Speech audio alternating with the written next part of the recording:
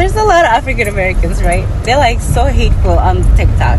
Let me remind you of all the African American. There was a time where police were unaliving a lot of African Americans. But when it comes to the state of Minnesota, the Somali people that you guys spewing so much hate on. Let me tell you about what happened during George Floyd.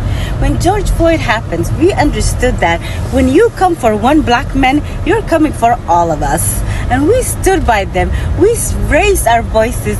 There's no way anybody who were among those protesters can say that Somali people were not among them. We were among them. We raised voices. We chanted Black Lives Matter with our chest open wide. So for you all to just come at us like that when we supported, that's insane. That's insane. Oh my God. Stop it.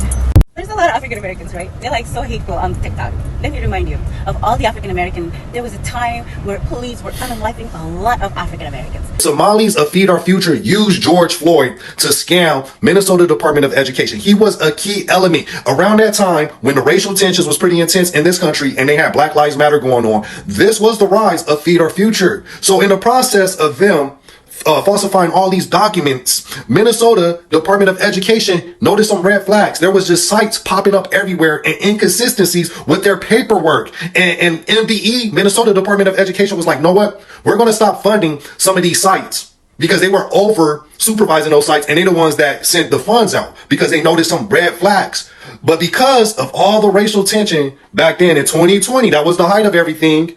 Feed Our Future was like, you know what? We're going to sue the Department of Education. So this judge ordered MDE to continue to release the funds and accept new sites. Mind y'all, this was the epicenter of where everything happened at. Minnesota was the epicenter, even though these sites was feeding more kids than the kids existed in Minnesota. So George Floyd was just a tool, one of the tools they used to their advantage. One thing I do agree with her on is allyship is transactional.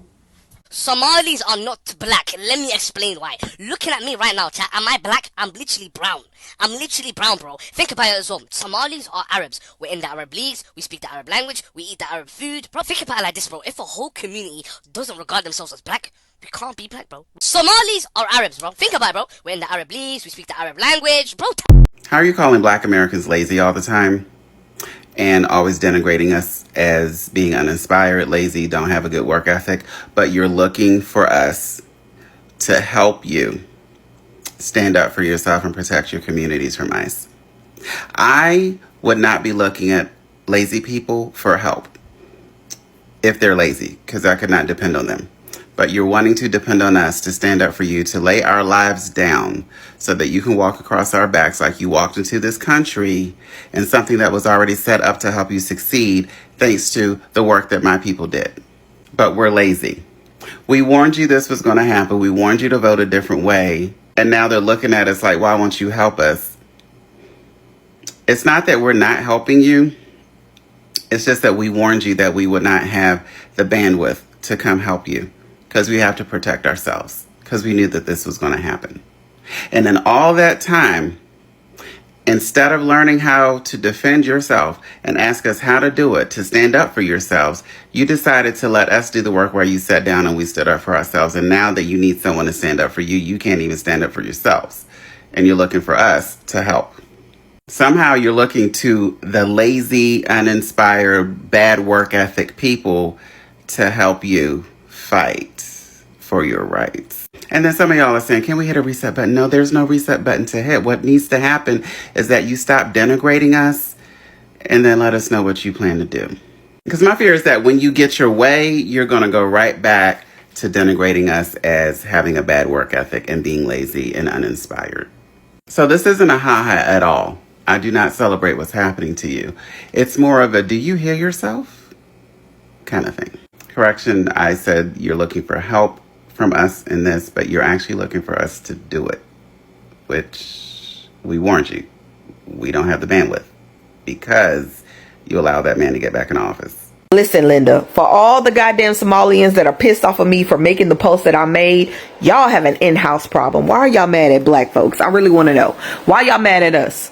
What the fuck did we do? What y'all should be doing is getting in the field with your own fucking people and the people that actually voted for him. Knock on some goddamn doors. Have a fucking community meeting and figure that shit out. Y'all sitting up here laughing like, so we U.S. citizens. So what the fuck does that mean? Do you not see ICE running down the goddamn street chasing U.S. citizens, handcuffing them, putting them in the back of shit, shipping their asses off? Yeah, they gonna come back, but you gonna be fucking terrorized first. The whole point is to harass you. It's not to deport you, because he knows he can't. Instead of getting mad at black folks for calling the shit out, because we did our fucking job at the polls, okay? We did our job. You need to be arguing with the folks that voted for him, because there's no reason he should be able to say anything to y'all. Y'all should all be standing 10 toes down. Not getting on the news and saying, wigs are us, we voted for you. Don't do this to us. Yes, I saw that. Look, y'all got an in-house issue like the Latinos did. Figure that shit out. Get in the field. Start fighting. Because I'm going to tell you something right now. The ones that voted for him, they not just coming after them. They coming after all of y'all. One apple will spoil the whole fucking bunch. I'm seeing in some of my comment sections that saying, oh, that's why we not black. That's why we don't claim being black. Oh, we know. Because he didn't say he was trying to deport black folks. Hi guys, you're welcome back to Tiana's React. I'm Tiana, and if this is the first time here, you are highly welcome. And to my old and new subscribers, thank you for always riding with me. So now let's talk about it. Listen guys, the same people who pushed black Americans, disrespected them and acted superior are now furious because those same black Americans refuse to help them. Now some Somalis are saying they stood with black Americans during George Floyd. So why don't they want to help us now? And today we need to clear something up because protest attendance is not the same thing as community solidarity. Let's talk about the audacity. Let's get into it, guys. You know, like the racists are actually just jealous of Somalis because of how successful we became in a matter of one generation. And I was watching a lot of videos that are coming up on my For You page where people are saying, how come Somalis have nice cars and we don't? We've been here like how many generations? We were born here, our ancestors are from here, but Somalis drive nice cars. This whole thing is just making me realize is jealousy. They're jealous of our success because they expect us like to be at the bottom of the bottom, right? And then we come here one generation, we work hard, we save our money. Somalis are not the only community that committed fraud, okay? We're not all committing fraud, okay? Every community has bad apples, but they're trying to use that as leverage to hate on us, right? And attack our community. But what it is like when you're an immigrant group and you're black on top of that and you're African, they hate you to be successful. They hate you to be successful. Now, if we were like European immigrants, like maybe Bosnians who are Muslims or Russians, and they become successful, nobody would blink an eye because they're white. But the fact that we're brown people from Africa, do you know what I mean? It kills them. Because the way we move, we don't move like we're inferior to anybody, right? And it's bothering them. And our name has reached the White House. That's how powerful the Somali community is. Wallahi, I have this thing where if Somalis work together, the only problem Somalis have is like, we need to build our country back. Wallahi billahi, we could have been like we could have been a superpower nation. How gifted Allah has made Somalis in making money, in being successful, in being able to see opportunity everywhere they go. All right, so there's this like guy on my For You page, and he was talking about, I used to be a handyman, and I see Somalis, they all have nice cars. And then, you know, the hate comments were down there, deport them, do this, do that.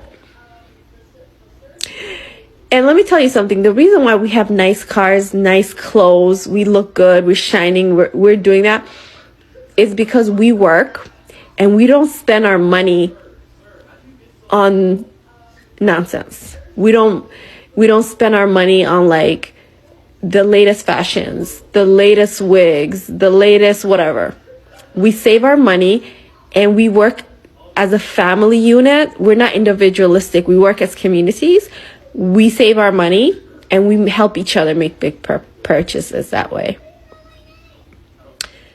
Somali community is very tight-knit. American culture is very individualistic. Everybody just, you're alone, you're expected to do everything yourself. In a Somali community, we work together. That's how we became successful fast. And we took, the opportunities that were given to us in this country. Is that wrong? Many immigrants before us did it. Why can't we do it? And now we're being punished for being successful too fast. That's just unbelievable. Unbelievable. And now they're trying to come at our community, deport them, do this to them. Even Somalis, wherever we go, we're still going to be successful. Even if you deport them, they can still make money. Wallahi. And you guys will still be in the U.S. broke, living paycheck to paycheck. You see, being a West African myself and being raised by West Africans, I was unaware of the skills that East Africans held. I was unaware that every Somali had their stats maxed when it came to speech, charisma, and deception. Silver, what the hell are you talking about? I'm talking about the Somali ancient techniques of rage bait. You see, ever since the Orange Diddler in the White House started disrespecting the Somalis within Minnesota, these people got to work rage baiting every conservative online. These people are talking about Minnesota was promised to us 3,000 years ago. They're talking about SAPAC, the Somali American Political Action Committee, to pay off politicians. They're going through the history books and identifying hidden Somali traits in our founding fathers. That's right. All of our founding fathers, they're from Somalia. And the greatest part of all this, every conservative online is falling for it.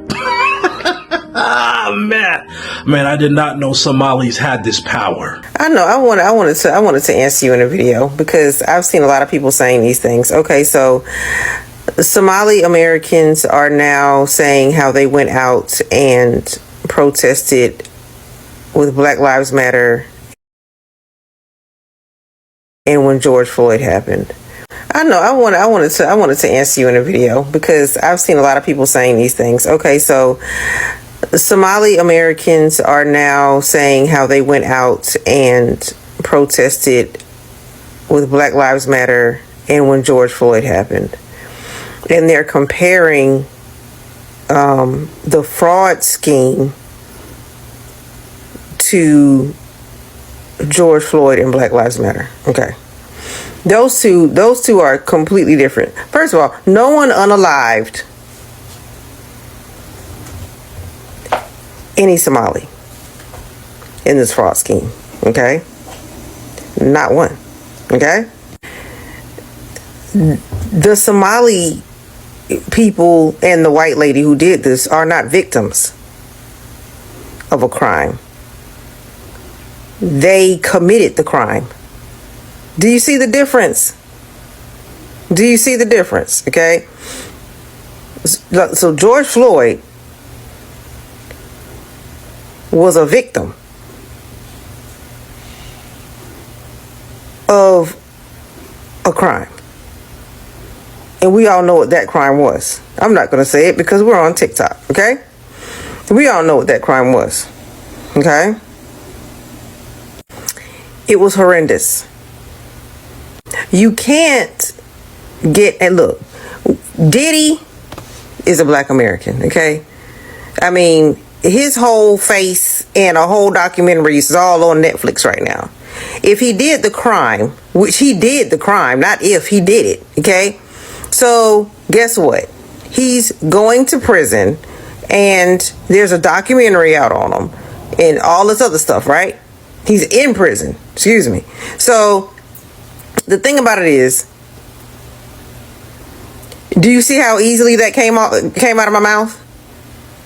I'm not trying to defend him, and I'm not saying that he is a victim. Okay? That's the difference between me and you. See? You want me to defend someone who defrauded the public. Okay? The public is the victim in this case, because they were robbing the state of Minnesota of about $1 billion. Okay? Taxpayers are the victim, not the criminals who did it. Okay? So stop. This is not hatred. This is facts. So if Somali Americans and a white woman, okay, did what they did, they are not the victims. You are trying to twist this as if they are the victims. They are not the victims. They did it. That's why they are found guilty. Okay? So you can't compare this to George Floyd. Okay? Surprise, because he was unalived. And that's why people protested. Okay? You want us to go protest and stand behind criminals. There are 80,000 people of Somali descent in your state, but the president has been very focused, not just on them, but on you. In this extraordinary cabinet meeting, he said Somalis, quote, come from hell. They complain and they do nothing but bitch. Take a listen. These are people that do nothing but complain. They complain. And from where they came from, they got nothing. We don't want them in our country. Let them go back to where they came from and fix it. Thank you very much. That knocking is vehement agreement from his cabinet members there. I just wonder what the reaction is in your district to have that from the highest office in the land. It's disgusting. It's completely disgusting. These are Americans that he is calling garbage. And we feel like there is an unhealthy obsession that he has on the Somali community, and an unhealthy and creepy obsession that he has with me. I think it is also really important for us to remember that this kind of hateful rhetoric and this level of dehumanizing can lead to dangerous actions by people who listen to the president. And 95% of the Somalis in your state are U.S. citizens. Yes. Just for clarity there. But the president has restricted all immigration processing, including asylum claims from Somalis already on U.S. soil, along with 18 other countries. ICE reports it has rounded up about 19 people, and they put out press releases with the images of about 5 of them that they say are the worst of the worst. Is that the entirety of the crackdown to date? Yeah, so far we know of the people that they've picked up in Minnesota. About 5 of them are Somalis. And from what I have read and from the people that I've spoken to, all of them had already had orders of removal. So these are not people who are undocumented, but people who have committed crimes and who should have already been sent out of the country. I've been saying that Black Americans don't have allies for the longest, right? Now, this proves my point. Out there in Minnesota, a young Black mother was looking for a daycare to put her children. What do you know? The Somalis run a 24-hour daycare. But when she get there, they don't want to give her a tour. They don't want to service her. And she says, I tried to send my child to one of the 24-hour daycare centers because this is the only 24-hour daycare in Minnesota. The Somalis would not give me a tour. They did not want me to bring my kids to their daycare.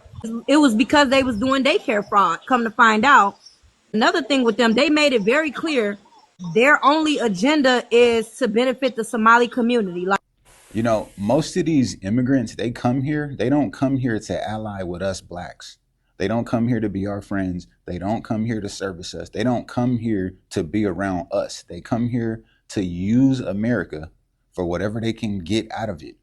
That's something that we all have to remember, because that's what it is. You open a business here in America, then it's for everyone. You service everyone. You don't come to America to only service your own people. And that's one of the biggest issues that white Americans and Black Americans have with all immigrant groups right now in America. You guys come here and you don't even play by the rules, because before you had your own place, before you had your own little cities and towns, you had to come to our cities and towns. Guess what? You got all the services you need. So that's one of the biggest issues that Black Americans have with all immigrants. You guys come here, you think you're better than us.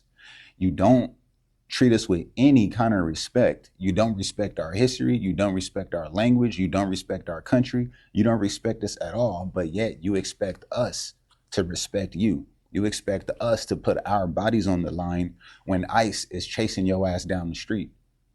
No, sir, it's never happening again. Believe me, Black Americans do not have any allies, and we need to start marching and acting like it and voting and standing on that too. Do people always have misplaced anger when it comes to Black Americans? So I'm talking about how I see a lot of Somali people mad with Black Americans at their response to what is currently happening. But at the same time, I don't see those same people making videos about the white woman that called y'all the N-word at Cinnabon and said that she was openly racist. A lot of Black Americans have still had solidarity with them during this situation, but some of us just do not care. But you cannot be mad at Black Americans for not getting into your fights when that's not our fight to even get in. The same group of people who use microaggressions when speaking about Black Americans, like they are exempt from something, and now they are actually seeing the treatment that Black Americans have been talking about for decades, but they never wanted to believe it. They always thought it was our issue as to why we were being treated the way that we were being treated. I don't like diaspora wars. I feel like a person who is racist is going to treat all of us the same. If you are not of a certain ethnicity, of a certain race, they are not going to like you regardless. But for some reason, certain racial groups think that they are better than Black Americans, and they think that any type of treatment that Black Americans get is because of how they act, when no, they're racist. They don't like you either. You know what the predominant religion is in Somalia? Take a guess. Islam. Over 99% of the population. You guessed it. Somalis are not terrorizing this nation. We are helping it thrive. Somalis have always seen themselves as a fabric of this nation. Are you sure about that, Elon Omar? You want to retract that statement? Nope. All right, let's pull up some facts, shall we?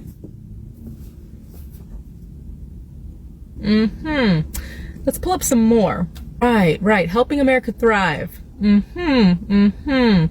where my problem lies. Elon Omar is always talking negatively about America, the country that she resides in, and she's always speaking highly about Somalia.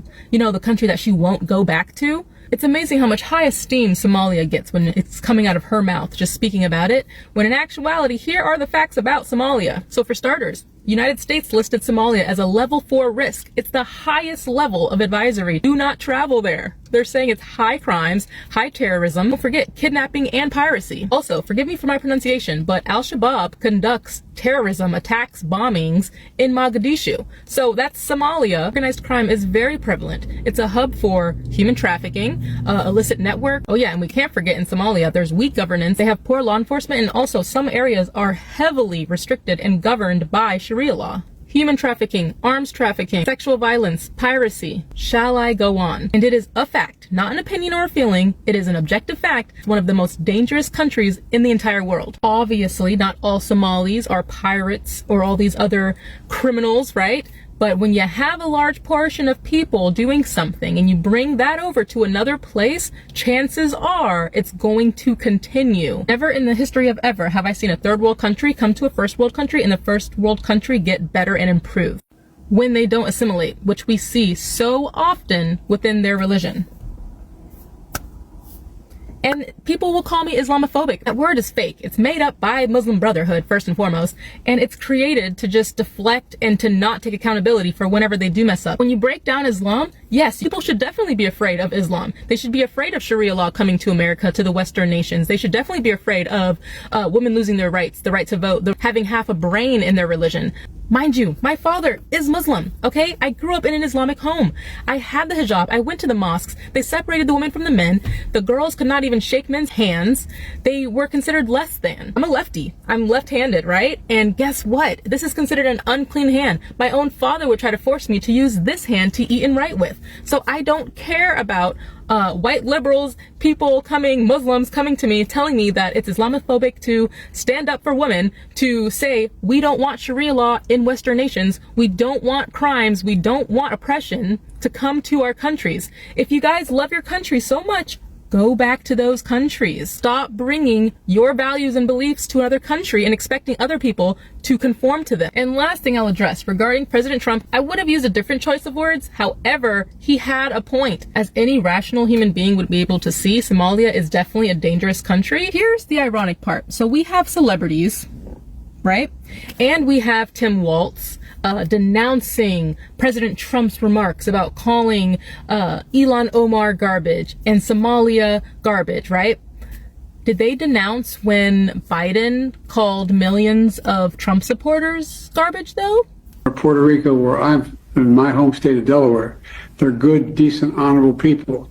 The only garbage I see floating out there is his supporters. Yeah, it's giving selective outrage, right? If it doesn't fit their narrative or their agenda, they're denouncing, they're upset, they're gonna say it's bad, but you know, if it's coming from Trump, evil. It's evil. But if it's coming from Biden or anyone that's on their side, it's permissible. The hypocrisy. That's all I'm saying. All right? Alrighty. If you've made it this far, thank you for watching. I really appreciate, and I would love to hear your thoughts in the comment sections. And to my subscribers, I really appreciate you. And to new ones, please don't forget to like, share, and of course, subscribe to keep this conversation going, because conversation like this need honesty, not emotions, and this is just the beginning. Till next time.